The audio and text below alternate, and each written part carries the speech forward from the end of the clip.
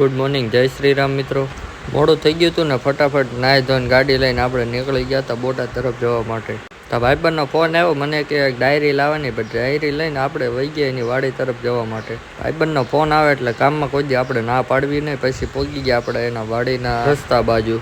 નાહી ધોઈને રેડી થઈ ગયો હતો. પછી ભાઈબંધને લઈને પહોંચી ગયો હું બોટાદમાં. બોટાદ આપણે દેવાના હતા ભાઈને કપડાં, એટલે આપણે પેલા એ કામ પતાવી દીધું. કપડાં જઈને નીકળી ગયા. આપણે મોકલાવાની હતી ગાડી એક સુરત ટ્રાન્સફરમાં. તો પછી આપણે નીકળી ગયા ગાડી લેવા માટે. આ મોંઘેરા મહેમાન ગાડી લઈને પહોંચી ગયા આપણી વાહે. ગાડી રોડ ઉપર હતી એટલે સાઈડમાં લઈને પછી ચા પાણી નાસ્તો કરીને અમે નીકળી ગયા ભાઈ ટ્રાન્સફરમાં ગાડી નાખવા માટે. પછી પહોંચી ગયા ટ્રાન્સફર વાળાને ઓફિસે અને આપી દીધી ગાડીની ચાવી. આ આપણા ભાઈબંધ હતા ભાઈ. ગાડી દઈને અમે નીકળી ગયા ભાઈ અમારા બીજા કામ તરફ.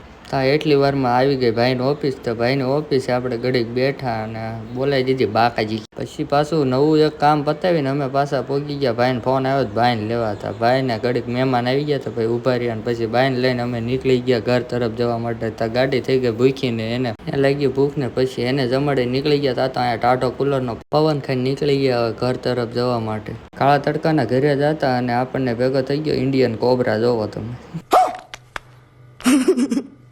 મસ્તી કરતા કરતા હવે પહોંચી ગયા ભાઈબંધની વાડી. અને પછી ભાઈબંધને ઉતારીને અમે બે ભાઈઓ નીકળી ગયા ઘર તરફ જવા માટે. અને તડકો તો એવો હતો ને વાત જવા જો એવો તડકો હતો ને એમાં ભૂલી ગયા ટોપી. પછી આપણે પહોંચી ગયા આપણે ગામમાં પહોંચી ગયા. અને પછી ભાઈને ઉતારી દીધો ઘરે. અને પછી હું નીકળી ગયો મારા નવા ઘર તરફ જવા માટે. અને પછી આપણે કરી લીધો આરામ, કેમ કે સાંજે બહાર જવાનું હતું. હાંજ પડીને નીકળી ગયા. જાગીને જોયું તો આપણી ગાડીમાં પંચર હતું. પછી દાદાના છોકરાની ગાડી લઈને નીકળી ગયા બહાર જવા માટે. પછી એટલી વારમાં કંટાળો આવતો હતા ભાઈબંધને લઈને પછી નીકળી ગયો આપણે બોટાદ તરફ જવા માટે. કેમ કે ક્યાં જવાનું એ તમને હમણાં આગળ જતા ખબર પડી જશે. અને પહોંચી ગયા આપણે બોટાદમાં. રોડે ચડીને વિડીયો ચાલુ કર્યો ને આ ભાઈ કાઢવા માંડ્યા ગાંડા. અને મસ્તી કરતા કરતા પહોંચી ગયા અમે અમારા લોકેશન ઉપર. દાદાના ધામમાં લઈ લીધી એન્ટ્રી. અને પછી અમે ગાડી પાર્કિંગ કરવા નીકળી ગયા પાર્કિંગ તરફ. ગાડી કરી દીધી પાર્કિંગ. અને પછી અમે નીકળી ગયા દાદાના દર્શન કરવા માટે. આ બધી ચાલી રહી છે દાદાના બર્થડેની તૈયારી.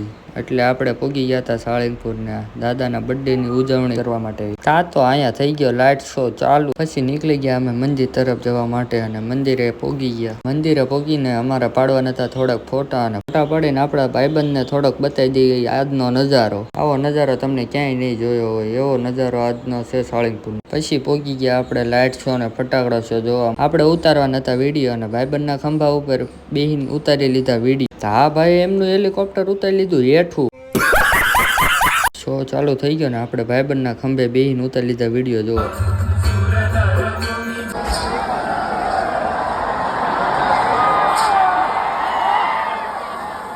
શો પતાવી દીધો ને પછી આપણને આવતો તો કંટાળો. તો પછી અમે નીકળી ગયા ઘર તરફ જવા માટે. ને અહીંયા ટ્રાફિક એટલું હતું ને કે તમે વાત જવા દો. પછી અમે કરી લીધી બોટાદમાં એન્ટ્રી. લાગી હતી ભૂખ અને પછી ખાઈ પીને નીકળી ગયા આપણે ઘર તરફ જવા માટે. ભાઈબંધને ઉતારી દીધો એના ઘરે. અને પછી હું નીકળી ગયો ઘર તરફ જવા માટે. અને આપણે પહોંચી ગયા ગામમાં પહોંચીને આપણે નીકળી ગયા ઘર તરફ જવા માટે. અને પછી રાતના થઈ ગયું હતું મોડું એટલે પછી જઈને સુઈ ગયા આપણે. વિડીયો જોવા માટે ફોલો કરતા જાજો. વિડીયો સારો લાગ્યો હોય તો લાઈક કરવાનું ન ભૂલતા.